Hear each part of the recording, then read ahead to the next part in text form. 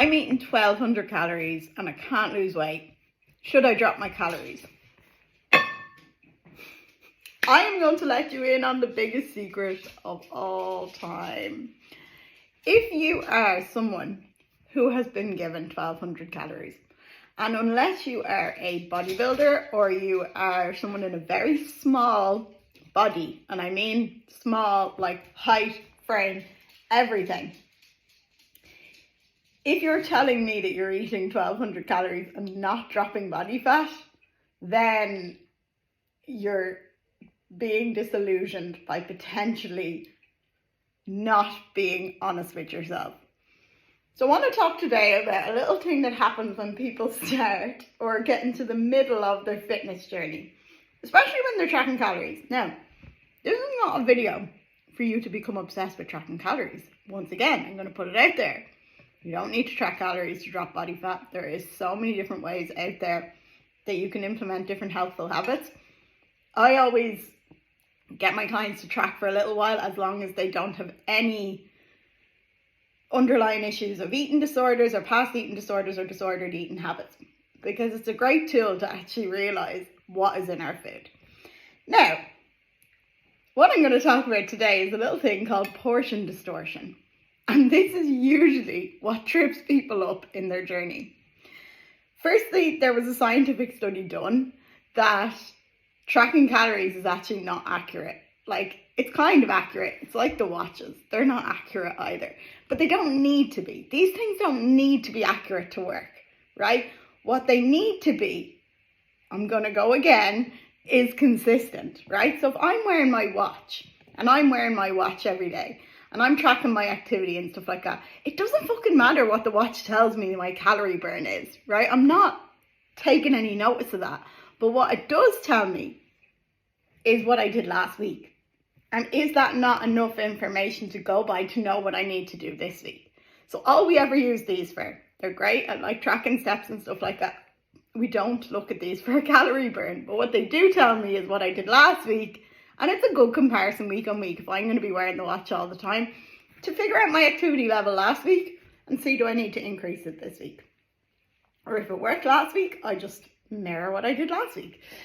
So today's video though is about portion distortion, and this is often what happens when clients have been tracking a while. And I do it myself, like I notice this all the time, and I just was actually buttering a slice of bread this morning and I was like, this actually makes a really good video. So once again, I am going to use my trusty scales here.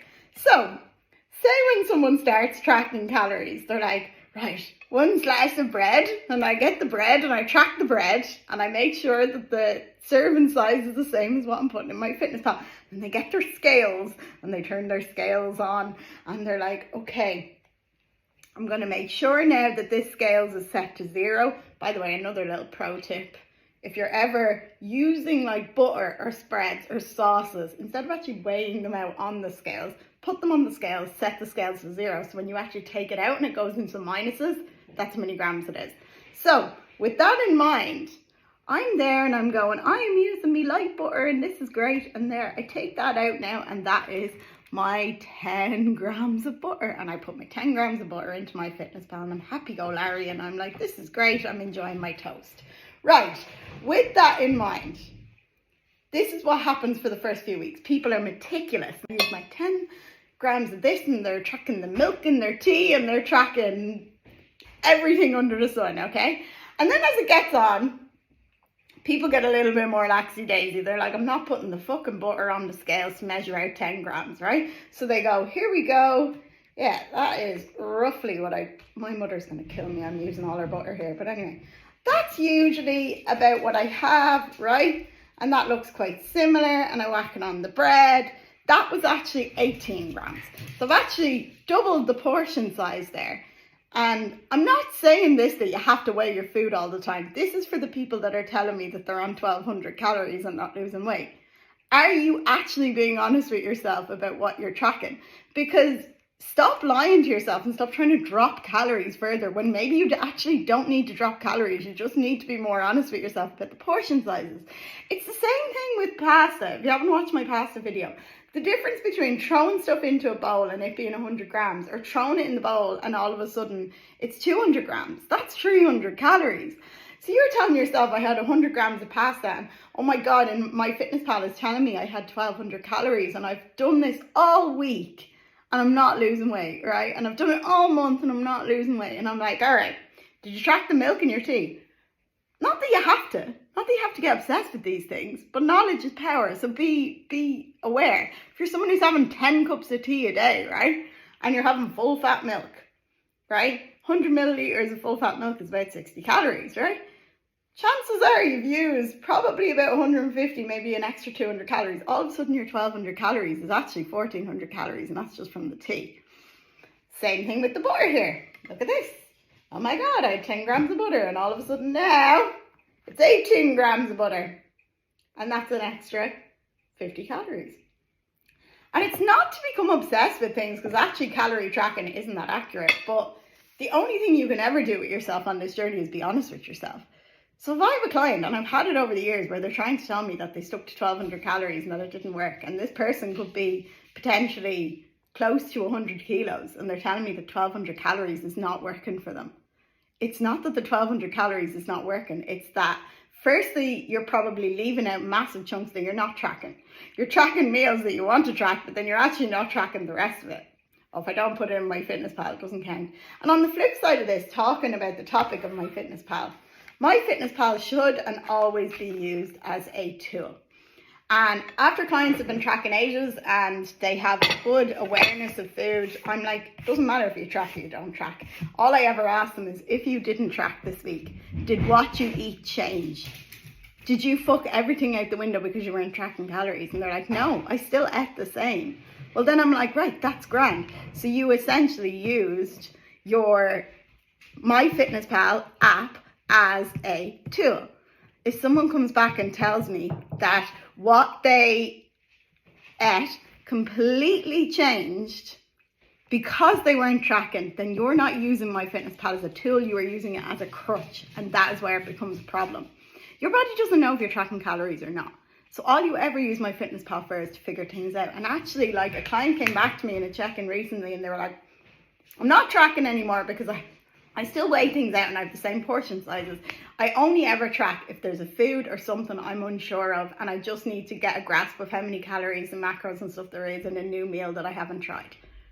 Or if they're going out for dinner or something, they want to kind of track it to kind of make the rest of the day work to hit their other goals, they'll use it. But that's using it for what it's there for, as a tool. And yes, it can be great for accountability as well, because if you're actually considering, well, I have that second or third donut, but then you have to put it in, you're like, maybe you're wrong, then okay, it can be used in that regard as well as a little accountability tool. But what this video is about is, you have to be honest with yourself.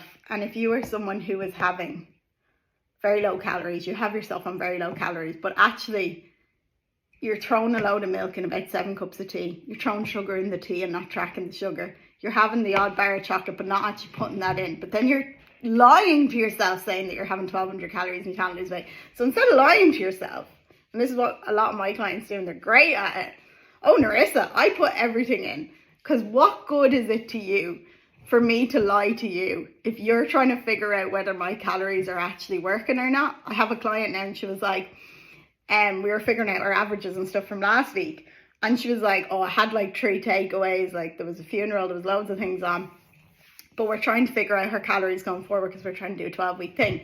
And she was like, I'm just going to be fully honest with you, like, and she was.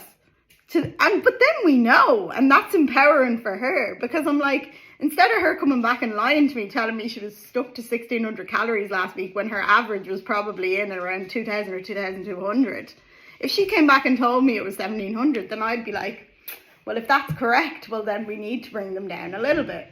But with her being honest with me, we know she was up at maintenance, and we know if we bring them down to about 1800, she's going to be in a deficit if she's sticking to that. And she does, like. So all I'm saying is, portion distortion is a massive thing that happens when tracking calories. Don't lie to yourself. Don't lie to your coach. And if you don't want to track calories, you don't have to track calories. There's so many other tools out there to use. But once again, pretending that something didn't happen or ignoring it is not going to get rid of it. So on that note, if you like this video, drop drop a little love art. My next coaching intake is in September, and I have 1 spot left for one-to-one coaching and 2 spots left for group coaching. I'm also taking bookings for October now, and they are also filling up. So I only ever take on a certain amount of one-to-one clients, so they fill up pretty fast. And I also take on group coaching clients. I usually have spots for them, but that is a lot more self-directed and you don't check in every week. So if you are new, I highly recommend one-to-one. On that note, have a lovely day.